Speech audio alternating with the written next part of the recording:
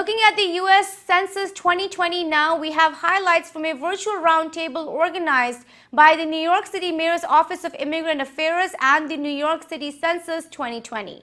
This was an emergency public session in response to President Trump's cutting of the door-to-door knocking period of census by 1 month, a move which may impact billions of dollars for critical programs as well as congressional representation for the next 10 years. Just a reminder, New Yorkers, regardless of country of origin, background, or immigration status, can self-report to census online at my2020census.gov. There are no questions about citizenship or immigration on the census. Here is what New York City Census 2020 Deputy Director Amit Singh Bagga and Chaya CDC lead organizer Jagpreet Singh shared about the census and our responsibility. Why is the census important? I know many of you at this point are familiar with the census. You know what the census is. You have a concept of what the census is. But the census is really so much more than just a count of every single person that happens every 10 years. It is the very foundation of our democracy. It is the basis on which every city and state across the country, including here in New York City, we get the money, the power, and the respect that we are constitutionally guaranteed by the Constitution. $1.5 trillion in federal funds that the federal government distributes every single year for schools, hospitals, health insurance, affordable housing, roads and bridges, job training, youth programs, senior centers, Medicaid, Head Start, dozens and dozens and dozens of programs that our families rely on every single day. All of that money, the distribution of those funds, is based on the census. Simply put, the federal government takes a look at where the people are, how many there are, and on that basis distributes the funds.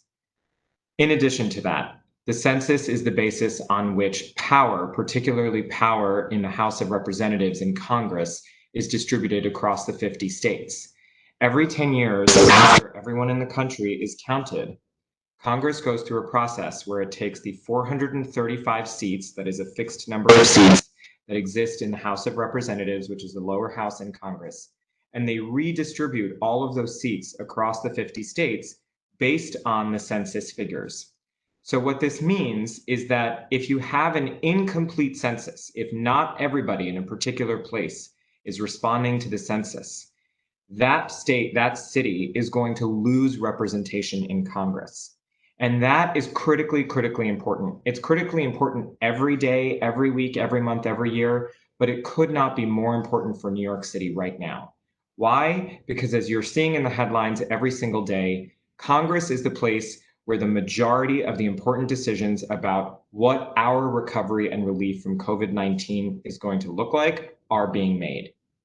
The extent and size of our unemployment benefits, whether or not small businesses are going to continue to get relief, any extensions of health insurance or social services programs specifically as a result of COVID-19.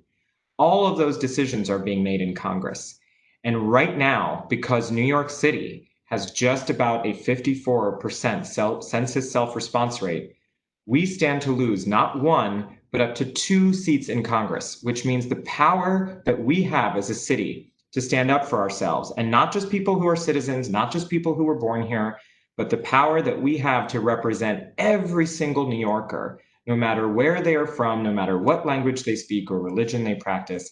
That power will be robbed from us if we do not participate in the census. We're still seeing a massive undercount in many respects. While the overall numbers in America might be in the 60s, there's still census tracts in Richmond Hill which are in the 30s. And this is upsetting because we saw that back in 2010, Richmond Hill likewise had a very similar undercount as what we're seeing today. And we see the impacts of that today. As folks may know, we experienced a tropical storm yesterday. And even today, more than 24 hours after the storm has subsided, there are parts of Richmond Hill that don't have electricity. There are parts of Richmond Hill where entire streets are closed down because trees have fallen, because we don't have the infrastructural ability to trim them, to fix the infrastructure. There are parts of Richmond Hill that have overcrowding in the schools. And all of these are impacts that we felt from the census, whether it's the fact that we haven't seen a Indo-Caribbean elected official because we don't have any majority Indo-Caribbean districts because of the undercount within that community, whether it's the fact that the Punjabi community is split amongst 4 different assembly districts, 3 different council districts. All of these things are impacts that we have felt from the undercount back in 2010. Now, the biggest question I often get asked is why does this undercount exist within the South Asian, within the Punjabi, within the Indo-Caribbean communities? And there are many reasons why. First and foremost, and something I had brought up before and others have talked about is that there is a prevalence of informal housing within South Plains. We have people who live in basement apartments, people who live in room shares, and other sorts of accessory dwelling units, which make it much harder to count, which make it much harder to get the information out there. And we also have the fact that the census is not in any of our languages. It's not in Punjabi, it's not in Bangla, it's not in Hindi. It's not accessible in many ways to our community, but there's a much more insidious reason as well, right?